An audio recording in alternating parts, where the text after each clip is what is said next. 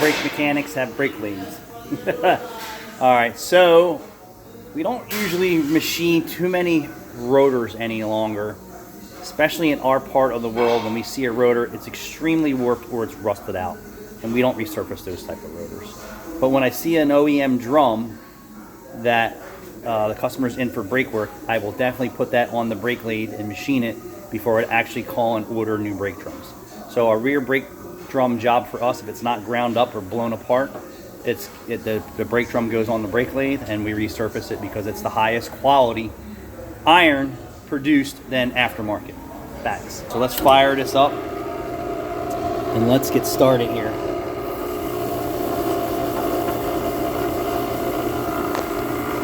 And then we're going to do a little touchy touch in the back, and we're going to see what we're working with. So this is on a Silverado 1500. And what you're hearing right there, that outer roundness, let me just make a couple little marks here. Now you can hear, right? So the outside of the drum has tons of high spots. The mid part, or the inner part of the drum, it's not even touching anything. So that's how many variations in thickness in this drum. So ready? I'm going to show you guys again. Barely doing anything in the middle of the drum. As you come out to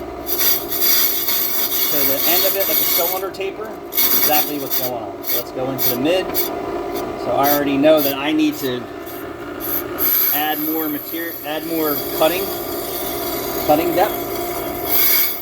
Now you can hear it.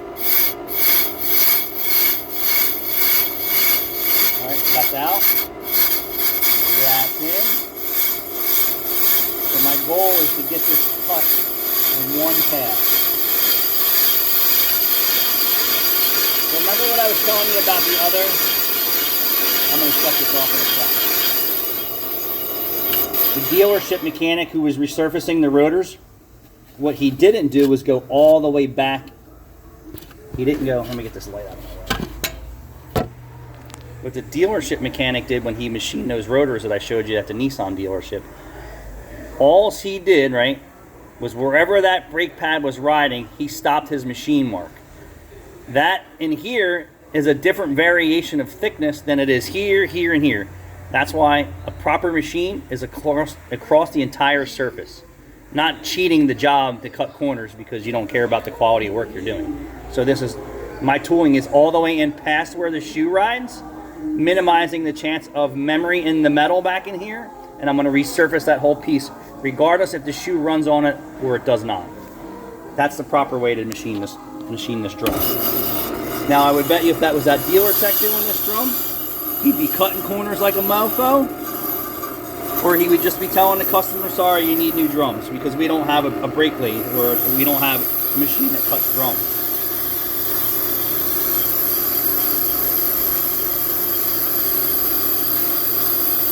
And then I can actually look at the rotor finish. What speed am I on? I like to cut drums at 4, and if not 2.5, depending on the size. So a smaller drum rotating, I would slow it down. I would slow it down even more. But a drum of this size, I'm happy with a 3 or 4 crosscut feed. Anything faster on a bigger drum, you have chances of chatter marks in your finish, and we're trying to completely avoid that. And I can see right now that this bit is doing a really good job at resurfacing it, but I'm also seeing in there right now, and I don't know if I'm getting all the surface, but we're going to see. My goal is to do this in one cut.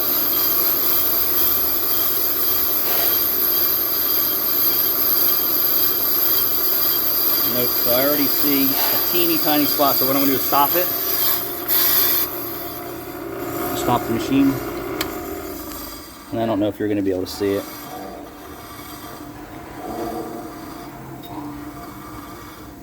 You're not going to be able to see it, but I can see it. So I'm going to go back in just a smidge, so I know that I get this drum in one cut. additional video of him. A little bit more, just so I can see what I'm doing.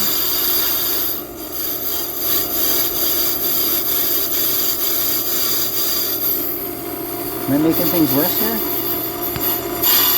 There we go. Lock her in, send it.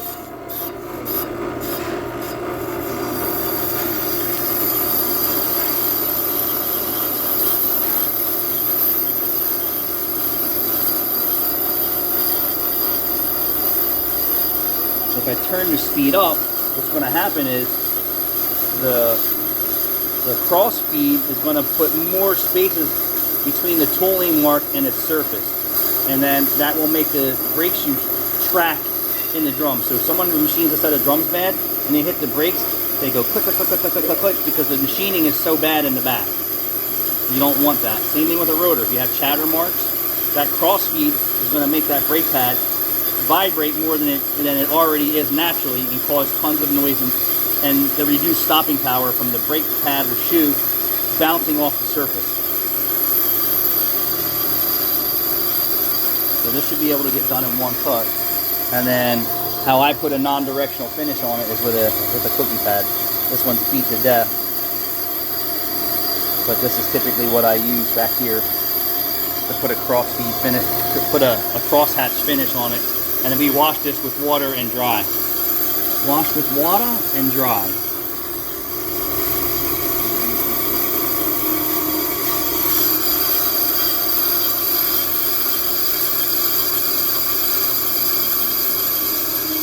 Customer tells me that they looked at their rotors and drums, and I've heard this shit a million times, and they already know they're good. You don't know shit.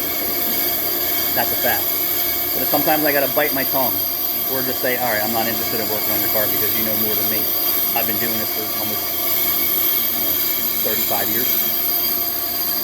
Yeah, professionally started doing brakes at Midas in 1991.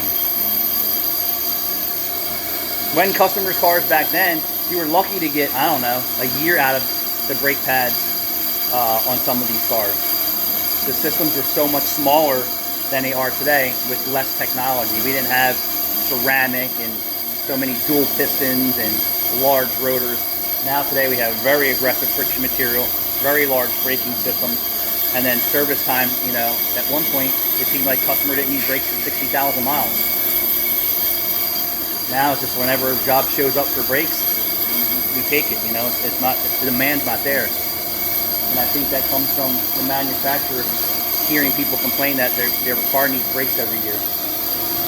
All right, so Caleb wants to show me that. This was all covered by heat shielding, and it was all riveted together, so I didn't want to pull it off and so run into issues. What this is right here, so let me do a separate video on that. Separate video on that because there's so many more guys out there that know more than me, but this is a great example. Yes. Thanks for watching.